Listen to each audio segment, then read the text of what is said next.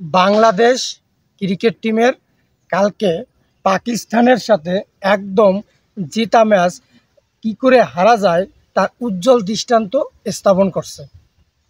প্রথমে বল করে এর থেকে ভালো বোলিং হয়তোবা হতে পারতো না। কালকে যতটা ভালো বল বাংলাদেশ করছে, পাকিস্তানের মতো টিমকে এক হিসেবে জীবন মরণ একটা ম্যাচে পাকিস্তানের ওপেনিং জুটি বলেন, মিডফিল্ডার বলেন, একদম ভেঙে চুরে চুরমার করে দিয়েছে বাংলাদেশি বোলাররা। বাংলাদেশি বোলারদের মানে সর্বোচ্চ দিয়া তারা পাকিস্তানকে 135-36 রানের ভিতর প্যাকেট করে দিয়েছে, যেটা বাংলাদেশের জয়ের মানে 80% জয় বাংলাদেশ বোলিংয়ে করে ফেলছিল। এর থেকে ভালো বোলিং আর হতে পারতো না ভাই। প্রথম দিকে যে ফকর জামান, শ্যাম আয়ুব, এদের যে উইকেটগুলো চলে গেছে, পাকিস্তানের এমন মনে হচ্ছিল পাকিস্তান 100 করতে পারবে না। আমি মনে মনে ভাবছিলাম শেষের দিকে যদি নেওয়াজ বা ফাহিম আশরাফ মোটামুটি ক্লিক করে 120 রান হতে পারে। সেইখানে ওরা একটু ভালো ব্যাট করে গেছে, লাস্টের দিকে 136 রান করছে। এখন বাংলাদেশ যখন টার্গেটে খেলতে নামছে, বাংলাদেশের প্রথম মাইন্ডসেটটা কি হওয়া লাগতো? প্রথম মাইন্ডসেটটা হওয়া লাগতো যে আমরা 136-37 রান করব 120 বল খেলে। আমরা প্রতি বলে বলে যদি একটা সিঙ্গেল নিই তাহলে রান চলে আসবে 120, বাকি থাকে কত? 16-17 রান। 16-17 রান 120টা বল যখন আপনি খেলবেন তখন আপন ইচ্ছায় আপনার 3-4টি বাউন্ডারি চলে আসবে।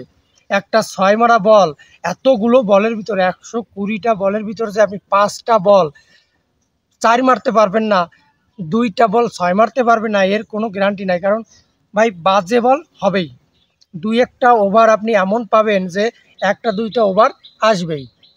তাহলে আমাদের জয়ের সর্বপ্রথম মাইন্ডসেট কী হওয়া উচিত ছিল?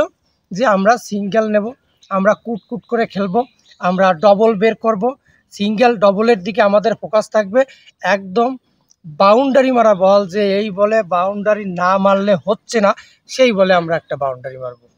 কিন্তু ওই যে বলে না, বাংলাদেশি প্লেয়ার মাথা মোটা, মাথার ভিতর ঘিলু নাই, মাথার ভিতর মগজ নাই, ইচ্ছা মতো যাইয়েই মানে বিশাল সিডাম, বিশাল ভালো ব্যাটিং, বিশাল খেলোয়াড়, বিশাল প্লেয়ার। এই যে অ্যাটিটিউড যে 10 ওভারের ভিতর আমরা খেলা শেষ করে দেবো, আমরা 20 ওভার তোমার খেলার ভিতর যাবই না। প্রথম ওপেনিং জুটি নামছে, টস টস করে আউট হয়ে গেছে। বুঝলাম যে পারভেজ ইমন এবং সাইফ হাসান ওরা আজকে ফর্মে ছিল না, ওরা খারাপ খেলছে।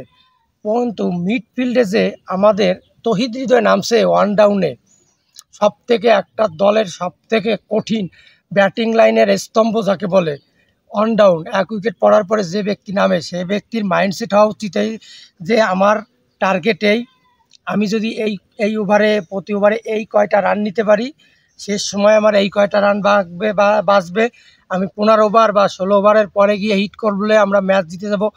এই ধরনের মাইন্ডসেটে খেলতে হবে।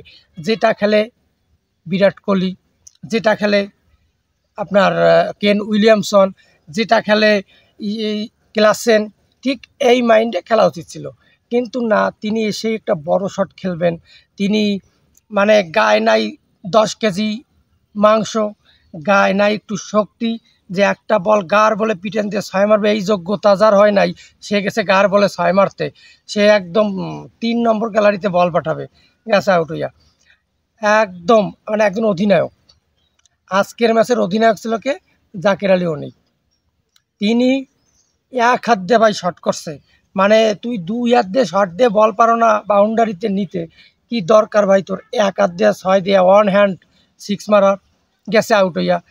মোটামুটি এদের কাছে আমার কাছে মনে হইল যেন 220 রানের টার্গেটে খেলতে নামছে। প্রতি বলে 6 মারতে হবে, প্রতি বলে 4 মারতে হবে, তাড়াতাড়ি বাউন্ডারি না মারলে জেতা যাবে না। আর ঠিক এই অ্যাপ্রোচে যে খেলতে নামছে, বাসটা খেয়ে গেছে।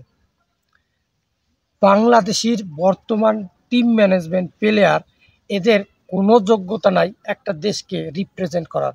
একটা দেশের মানুষের আবেগ ভাব সব কিছু ইমোশন সব কিছু নষ্ট করে দিয়ে তোমরা কোটি কোটি টাকা কামাই করবা, এই রাইট কে দিছে?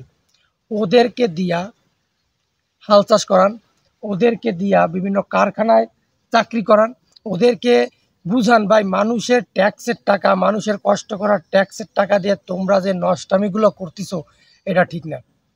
তোমরা কোটি কোটি টাকা খরচ করে একটা শিক্ষা সফর নিয়ে চলে আসবা, নেক্সট টাইম হবে একদম হাতের ম্যাচ তোমরা বের করে দিয়ে আসবা, এটা তো বাংলার মানুষ কতদিন আর মেনে নেবে? এদের পুরোপুরিভাবে বয়কট করা উচিত, এদেরকে সব ধরনের সুযোগ সুবিধা দেওয়া বাদ দেওয়া উচিত, এদেরকে টাকা কমায় দেওয়া উচিত। এরা যে লেভেলের খেলে এদের ওই লেভেলের টাকা দিতে হবে, ওদের বেতন বেশি দেওয়া যাবে না। ওরা অতিরিক্ত, ওদের চর্বি হয়ে গেছে, অতিরিক্ত ভাব হয়ে গেছে, মাথায় কিছু নাই, মাথায় পুরোপুরি ওদের গোবর।